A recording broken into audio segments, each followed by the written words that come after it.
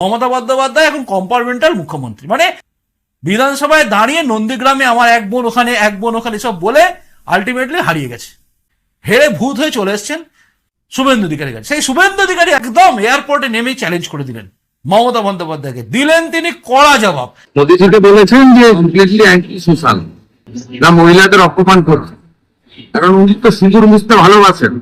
হরগোবিন্দ দাস, চন্দন দাস সিঁদুরকে উনি মুছেছেন, উনার মেহবুব আলম মুছিয়েছে। স্বাভাবিকভাবে বলবেন মোদীজির সঙ্গে ওনাকে লড়তে হবে না, আমি লড়ে হারিয়ে দিচ্ছি, আবার ছাত্রীকে হারাবো।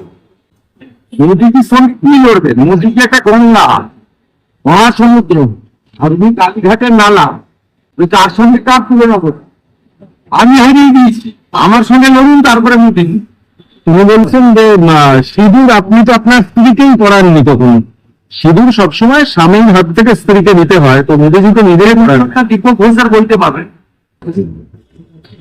উনি এই লেভেলে অ্যাটাক করলে দীপক ঘোষের বইটা ছাপিয়ে বিতরণ হবে। আমি ওনাকে সাবধান করছি, দীপক ঘোষের বইটা আমরা ছাপিয়ে বিতরণ করব, এই লেভেলে নামবেন না। কালকেই বলছেন যে নির্বাচন করুন, এই যে অপারেশন বেঙ্গল বলছেন, কালকেই ক্ষমতা থাকে নির্বাচন করুন। নির্বাচন রাষ্ট্রপতি শাসন হলে বিশ্বজিতার উনি খান হবেন, অন্যরা সেকেন্ড হবে।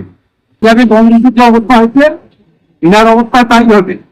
ভোট হয়নি কি পশ্চিমবঙ্গে ভোট হয়?